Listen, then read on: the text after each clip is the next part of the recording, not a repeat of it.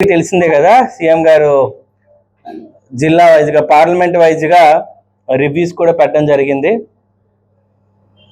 ఇందులో ఆనందంగా షేర్ చేసుకోవాల్సింది ఏంటంటే, మొన్న మీ అందరికీ తెలిసిందే కేపీఏ ర్యాంక్స్ కూడా అనౌన్స్ చేయడం జరిగింది రాష్ట్ర స్థాయిలో. అయితే పార్వతీపురం నియోజకవర్గానికి 44వ ర్యాంక్ రావడం జరిగింది.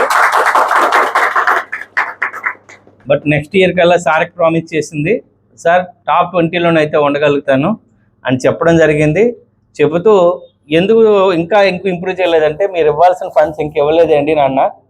అందుకు ముఖ్యమంత్రి గారు ఇమీడియట్గా స్పందిస్తూ, మనకి తెలిసిన తాగునీటి సమస్యకి మున్సిపాలిటీలో ఎంత ఇబ్బంది ఉందో తెలుసు. పార్వతీపురం జిల్లాలో పార్వతీపురం, సాలూరు, పాలకొండ ఒక ప్యాకేజ్ కింద ఎన్సీసీకి టెండర్ ఇవ్వడం జరిగింది. త్వరలోనే మనకి మంచినీటి సమస్యకి శాశ్వతమైన పరిష్కారం చేయడం జరుగుతుంది. అది కూటమి ప్రభుత్వంలో, అది తెలుగుదేశం ప్రభుత్వంలోనే జరగబోతుంది, కూటమి ప్రభుత్వంలో జరగబోతుంది. ఇక్కడ ఉండే ప్రతి ఒక్క పెద్దోళ్ళకి తెలిసిందే, జంజావతి అనేది మన చిరకాల కోరిక. ఈ ఊరికి, ఈ జిల్లాకి అది ఒక జీవనాడి లాంటిది. దాన్ని కంప్లీట్ చేసేసేయండి, 2027 కల్లా కంప్లీట్ అయిపోవాలని సీఎం గారు ఆదేశించడం.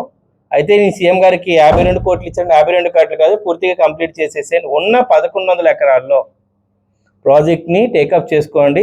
ఉన్న వాటికి నిరంతరం కాలువకి, ఎగువ కాలువకి, దిగువ కాలువకి వాటర్ వెళ్ళే విధంగా ఎక్కడైనా ల్యాండ్ ఎక్విజిషన్ ఉన్నా కంప్లీట్ చేసామని ఆయన సర్క్యులేట్ అని చెప్పి ఫైల్ మీద సంతకం పెట్టడం, డిపార్ట్మెంట్కి వెళ్ళిపోవడం కూడా జరిగింది. అంటే జంజావతి సమస్యను కూడా కూటమి ప్రభుత్వంలోనే నెరవేర్చుకున్నాము. ఇక మూడో విషయం, ఇంకొకటి నర్సీపురం నుంచి మన రోడ్లు చిన్నగా అయిపోవడం, చాలా హెవీ వెహికల్స్ మీ అందరూ చూసిందే, మీరు అందరు రిపోర్ట్స్ మీకు కూడా తెలుసు. 150 టన్స్, 200 టన్స్ భారీ, అతి భారీ వెహికల్స్ అన్నీ కూడా మన మార్గం ద్వారానే వెళ్లాల్సి వస్తుంది. దీనికి బైపాస్ రోడ్డు విషయం 2014లో తెలుగుదేశం ప్రభుత్వమే ప్రపోజ్ చేయడం జరిగింది. కాకపోతే అప్పుడున్న అనివార్య కారణాల వలన, రైతులు సహకరించకపోవడం వలన దాన్ని టేకప్ చేసుకోలేకపోయాం. ఆర్ఎన్బి డిపార్ట్మెంట్కి ఆయన గ్రీన్ ఏదైతే బైపాస్ రోడ్డు ఉందో, ఈ పొలాల మధ్య నుంచి వెళ్తూ, ఈ జంజావతి కాలువ మీద నుంచి వెళ్తూ, మన రాయగడ దాటి అయితే శివిని, మన విక్రమపురం అక్కడికి నర్సీపురం దగ్గర స్టార్ట్ అవుతూ అట్టించి అటు డైవర్ట్ చేయాల్సిందిగా హెవీ వెహికల్స్కి ఆయన కూడా ప్రపోజ్ చేశారు. దానికి త్వరలోనే టీం కూడా వచ్చి లైనింగు అసలు మొత్తం అంతా వేసుకోవడానికి సిద్ధంగా ఉంది. ఇది మన రాంభద్రపురం నుంచి రాయగడికి వెళ్ళే రోడ్డుకి సంబంధం లేకుండా బైపాస్ రోడ్ చేసుకోవడం జరుగుతుంది అనే విషయాన్ని, అంటే బైపాస్ రోడ్డుకి కూడా అప్రూవల్ ఇవ్వడం జరిగిందనే విషయాన్ని ధైర్యంగా, చాలా ఆనందంగా చెప్పుకోవడం జరుగుతుంది. అయితే మనకున్న మెడికల్ కాలేజ్ గురించి కూడా ప్రస్తావించడం జరిగింది.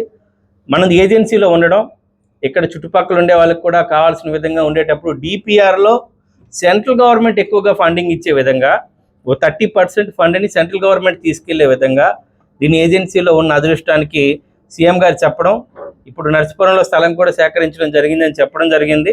త్వరలోనే దానికి కూడా టెండర్ పిలిపించి ఎవరైతే ఉన్నారో పీపీపీ మోడల్లో త్వరలో మెడికల్ కాలేజీని కూడా పార్వతీపురంలో స్టార్ట్ చేయడం జరుగుతుంది అనే విషయాన్ని చెప్తున్నాను. ఇక కలెక్టర్ ఆఫీసు, ఎస్పీ ఆఫీసు, మిగతా సంబంధిత అధికారుల కోసం కూడా ఇక అర్జెంటుగా కట్టాల్సిన అవసరం ఉందని చెప్తే, సార్ ఏమన్నారంటే, ఎక్కడ స్థలం ఉందో స్థల ప్రపోజల్ పెట్టించండి. జనరల్ అడ్మినిస్ట్రేటివ్ వాళ్ళకి కూడా ఆల్రెడీ ఆదేశాలు ఇవ్వడం జరిగింది.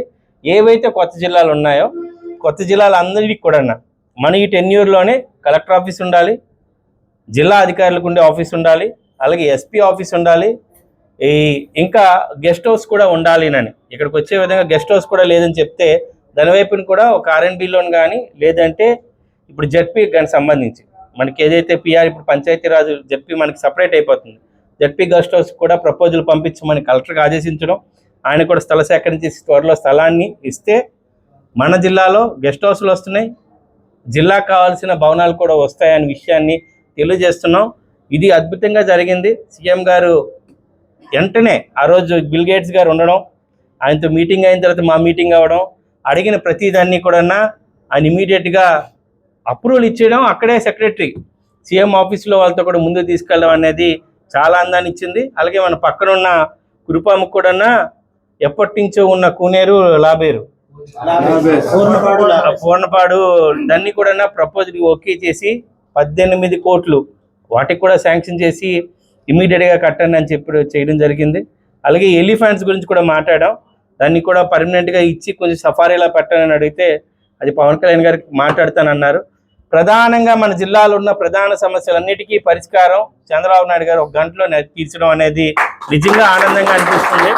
కూటమి ప్రభుత్వం వచ్చినప్పుడే, ఇంతకుముందు తెలుగుదేశం ప్రభుత్వం ఉన్నప్పుడే మన ఉత్తరాంధ్రాలకు అభివృద్ధి జరిగాయి, మన గ్రామాలు అభివృద్ధి చెందాయి, మన వార్డులు అభివృద్ధి చెందాయి. మా నినాదం అభివృద్ధి, మా నినాదం సంక్షేమం. ఎప్పుడు కూడా చెప్తాను, తెలుగుదేశం సైకిల్ గుర్తుకు 2 చక్రాలు ఉంటాయి. మా 2 చక్రాలకి నినాదం ఏంటంటే ఒకవైపు అభివృద్ధి తీసుకెళ్తూ మరోవైపు సంక్షేమం ఇవ్వడం అనేది ప్రధాన లక్ష్యం. అందులోనే ముందుకెళ్తున్నాం. రాష్ట్రానికి మీరు చూస్తూనే ఉన్నారు, ఎవ్వరికి సాధించుకోలేనంత గొప్ప పెట్టుబడులు తెలుగుదేశం ప్రభుత్వం, కూటమి ప్రభుత్వం వచ్చిన తర్వాతే ఆంధ్రప్రదేశ్కి 25% సబ్సిడీస్, అది మన ఇన్వెస్ట్మెంట్ తీసుకురావడం అనేది అది సాధారణ విషయం కాదండి, చాలా పెద్ద ఉన్నప్పుడు. ఇప్పుడు ప్రజలందరూ సంతోషంగా ఉన్నారు. ప్రజలకి అనుగుణంగా మాకు ఎందుకైతే ఇంతగా ఆశీర్వదించారో వాళ్ళకి తగ్గట్టుగా వాళ్ళకున్న ఎక్స్పెక్టేషన్ రీచ్ అవుతూ ప్రజల ముందుకు వెళ్తున్నామని, మన జిల్లాని అభివృద్ధి ప్రదంలో తీసుకెళ్తున్నందుకు నాకు ముఖ్యమంత్రి గారు సాయం చేస్తున్నందుకు, అలాగే ప్రజలకు ఇచ్చిన హామీలు నెరవేర్చుకోవడంలో కూడా ఆనందం వ్యక్తం చేయడం జరుగుతుంది. ధన్యవాదాలు.